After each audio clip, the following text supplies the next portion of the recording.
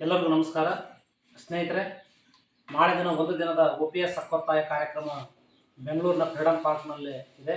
ಈಗಾಗಲೇ ಅದರದ ಎಲ್ಲ ಸಿದ್ಧತೆಗಳು ನಡೆದಿದೆ. ಬಸ್ಸಿನ ಒಂದು ವ್ಯವಸ್ಥೆ ಆಗಿದೆ. ಅದರ ಜೊತೆಗೆ ಈಗಾಗಲೇ ಬ್ಯಾನರ್ಗಳನ್ನು ರೆಡಿ ಮಾಡಿದೆ ಮತ್ತು ಫ್ಲಕ್ಸ್ಗಳನ್ನು ಕೊಡುತ್ತೆ. ಅದರ ಜೊತೆಗೆ ಟಿ ಶರ್ಟ್ಸು ಸಹ ಇದೆ. ದಯಮಾಡಿ ಈ ಒಂದು ಹೋರಾಟದಲ್ಲಿ ಅವುಗಳನ್ನು ದಯಮಾಡಿ ತಾವು ಯಾರೂ ಮುಜುಗರ ಪಡ್ಕೊಳ್ಳದೆ ಅವುಗಳನ್ನು ಟಿ ಶರ್ಟ್ಸು ಮತ್ತು ಬ್ಯಾನರ್ಗಳು ಘೋಷಣೆ ಯಾವಾಗಲೂ ನಮ್ಮ ಜೊತೆಯಲ್ಲೇ ಇರಬೇಕು. ಯಾಕಂದರೆ ಒಂದು ಹೋರಾಟದ ಸಂಕೇತಗಳು ಜಸ್ಟ್ ಬಸ್ನಲ್ಲಿ ಇರ್ತಕ್ಕಂಥ ಆ ಒಂದು ಬಾವುಟಗಳನ್ನು ನೋಡಿದ್ರೆ ಗೊತ್ತಾಗುತ್ತೆ ಇವ್ರು ಏನು ಹೋರಾಟ ಮಾಡ್ತಾ ಇದ್ದಾರೆ ಅಂತ ಹೇಳಿ. ಹಾಗಾಗಿ ದಯಮಾಡಿ ಅವುಗಳೆಲ್ಲವುಗಳನ್ನು ಸರಿಯಾದ ರೀತಿಯಲ್ಲಿ ಬಳಸಬೇಕು. ಬಳಸಿದ ನಂತರ ಮತ್ತೆ ಅವುಗಳನ್ನು ವ್ಯವಸ್ಥಿತವಾಗಿ ನಮ್ಮ ಈ ಒಂದು ಹೋರಾಟ ಅಂತ್ಯ ಕಾಣುವವರೆಗೂ ಅವುಗಳನ್ನು ಸುರಕ್ಷಿತವಾಗಿ ಕಾಪಾಡಬೇಕು. ಅದ್ರ ಜೊತೆಗೆ ಇವತ್ತು ಎಲ್ಲರೂ ಸಹಿತ ಎಲ್ಲ NPS OPS ಇತರ ಸಂಘಟನೆಯ ಭಾಳಷ್ಟು ಜನರು ಇದಕ್ಕೊಂದು ಹೋರಾಟಕ್ಕೆ ಒಂದು ಬಲವನ್ನು ತುಂಬಿದ್ದೀರಿ. ತಾವೆಲ್ಲರೂ ಸಹಿತ ಇವತ್ತು 10 ಗಂಟೆಗೆ ಸರಿಯಾಗಿ ನಮ್ಮ ರಾಣೆಬೆನ್ನೂರಿನ KB ದೇವಸ್ಥಾನಕ್ಕೆ 10 ಗಂಟೆಗೆ ಸರಿಯಾಗಿ ಬರಬೇಕು. 10:15 ಎಲ್ಲರೂ ಮಿಂಗಲ್ ಆದ ತಕ್ಷಣ ಒಂದು 10:15ರಿಂದ 11 ಗಂಟೆಗೆ ಬಸ್ ಇಲ್ಲಿಂದ ಹೊರಡುತ್ತೆ. ಮತ್ತು ಕೆಲವೊಬ್ಬರು ಇಲ್ಲಿ ನಮ್ಮ ಕುಮಾರಪಟ್ಟಣ, ಕೊಡಿಯಾಲ ಹೊಸಪೇಟೆ, ಹರಿಹರ ಅಲ್ಲಿರ್ತಕ್ಕಂಥ ಶಿಕ್ಷಕರಾಗಿರ್ಬೋದು, ಸರ್ಕಾರಿ ನೌಕರರಾಗಿರ್ಬೋದು, ಅವ್ರಿಗೆ ನಾವು ಹೇಳ್ತೀವಿ ತಾವು ಕುಮಾರಪಟ್ಟಣಕ್ಕೆ ಬರಬೇಕು ಅಥವಾ ಹೈವೇಗೆ ಬರಬೇಕು ಏನು ಅನ್ನೋದ್ರ ಬಗ್ಗೆ ನಾವು ತಮಗೆ ಸೂಚನೆಗಳನ್ನು ಕೊಡ್ತೀವಿ. ನಮ್ಮ ಶಾಮನೂರ್ ಸರ್ ಅವ್ರು ಹೇಳ್ತಾರೆ. ಆ ಒಂದು ನಿಟ್ಟಿನಲ್ಲಿ ತಾವೆಲ್ಲರೂ ಸಹಿತ ಜಾಯಿನ್ ಆಗಬೇಕು. ಯಾರೂ ಸಹಿತ ಕಾಯಿಸಬೇಡಿ.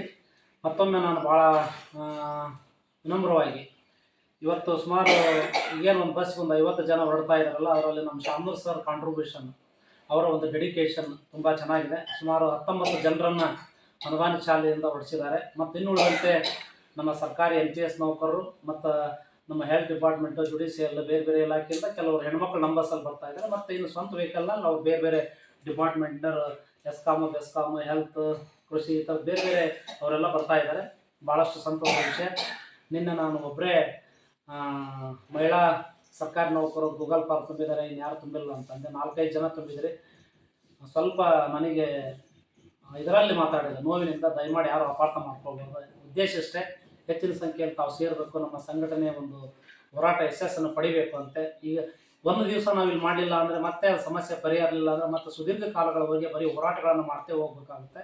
ಹಾಗಾಗಿ ಬೇಗನೆ ಒಂದು ಸಮಸ್ಯೆಗೆ ತಾರ್ಕಿಕ ಅಂತ್ಯವನ್ನು ಕಾಣಿಸಿ ಬಹುಬೇಗನೆ OPSಗೆ ಒಳಗಾಗಬೇಕನ್ನೋ ಒಂದು ಉದ್ದೇಶವನ್ನು ಇಟ್ಕೊಂಡು ಕೆಲವು ಮಾತುಗಳನ್ನು ಆಡಿದರೆ ದಯಮಾಡಿ ಅದನ್ನು ಅನ್ಯತಾ ಭಾವಿಸದೆ ಮನ್ನಿಸಬೇಕು ಅಂತ ಕೇಳ್ಕೊಳ್ತಾ ಇದ್ದೇನೆ.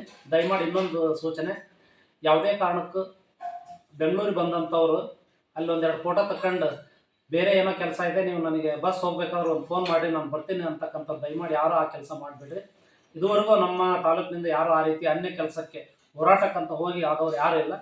ಯಾಕಂದರೆ ಅದು ಒಂದು ತಾಲೂಕಿಗೆ ಒಬ್ಬ ನೌಕರರಿಗೆ ಒಂದು ಕಪ್ಪು ಚುಕ್ಕೆ. ದಯಮಾಡಿ ಆ ಕೆಲಸವನ್ನು ಮಾಡಬೇಡ್ರಿ.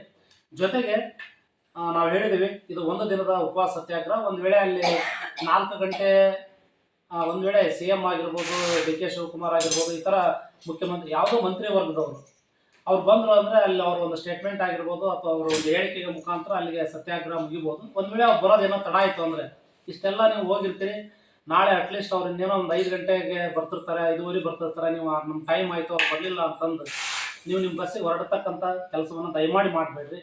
ಇಲ್ಲಿಂದ ನಾವು ಒಂದೂವರೆ ದಿನ ಕಾಲವನ್ನು ಡೆಡಿಕೇಶನ್ ಮಾಡುತ್ತೆ. 1 ಗಂಟೆಗೆ ಅರ್ಧ ಗಂಟೆಗೆ ಅವಸರ ಮಾಡದೆ ಈ ಒಂದು ಹೋರಾಟವನ್ನು ಯಶಸ್ವಿಗೊಳಿಸಬೇಕು. ಆ ಒಂದು ಮನಸ್ಥಿತಿಯನ್ನು ಇಟ್ಕೊಂಡು ಅರ್ಧ ಗಂಟೆ 1 ಗಂಟೆ ಲೇಟ್ ಆದರೂ ಇಲ್ಲ ನಾವು ಬೇರೆ ಕಮಿಟ್ಮೆಂಟ್ಸ್ ಇದೆ ಅಂತ ಏನೋ ರಾತ್ರಿ 12 ಗಂಟೆ ಬಂದು ಮಾಡೋವಂಥದ್ದು ಏನಿರಲ್ಲ.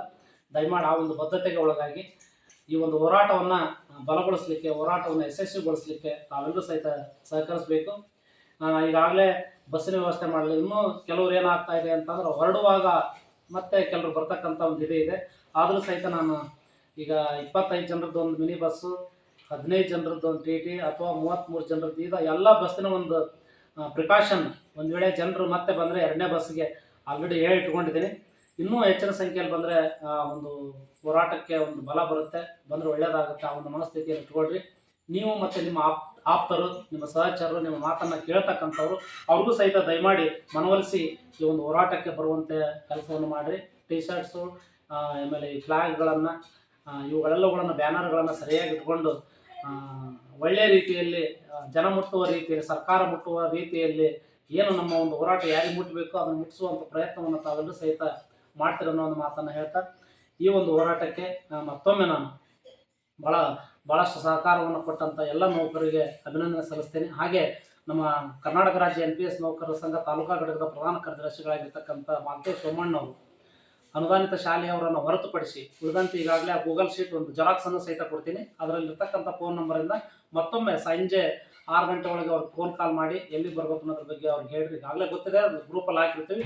ಆದರೂ ಸಹಿತ ಮತ್ತೊಂದು ಸಲ ಮನವರಿಕೆ ಮಾಡಬೇಕು. ಉಳಿದಂತೆ ಅನುದಾನಿತ ಶಾಲೆಯವ್ರದ್ದು ನಮ್ಮ ಶಾಮೂರ್ ಸರ್ ಅವರು ಅದರ ಒಂದು ಜವಾಬ್ದಾರಿಯನ್ನು ವಹಿಸ್ಕೊಳ್ತಾರೆ. ಅವರು ಆ ಎಲ್ಲ ಶಿಕ್ಷಕರುಗಳನ್ನು ಸಕಾಲಕ್ಕೆ ಬರುವಂಥ ವ್ಯವಸ್ಥೆಯನ್ನು ಮಾಡ್ಕೊಳ್ಬೇಕು. ಒಟ್ಟಾರೆ ಯಾರಿಗೂ ಒಬ್ರಿಗೋಸ್ಕರ ಎಲ್ಲರೂ ಕಾಯ್ತಕ್ಕಂಥ ಸನ್ನಿವೇಶವನ್ನು ಸೃಷ್ಟಿ ಮಾಡಿದೆ. ಎಲ್ಲರೂ ಒಳ್ಳೆ ರೀತಿಯಿಂದ ತಾವೆಲ್ಲರೂ ಸಹಿತ ಸಹಕರಿಸಿ ಈ ಒಂದು ಹೋರಾಟವನ್ನು ಯಶಸ್ವಿಗೊಳಿಸಬೇಕಂತ ಹೇಳ್ತಾ ಮತ್ತೊಮ್ಮೆ ತಮ್ಮೆಲ್ಲರೂ ಸಹಿತ ನಮಸ್ಕಾರಗಳನ್ನು ಸಲ್ಲಿಸಿ ನಮ್ಮ ಮಾತುಗಳನ್ನು ಮುಗಿಸ್ತೇನೆ. Okay, thank you.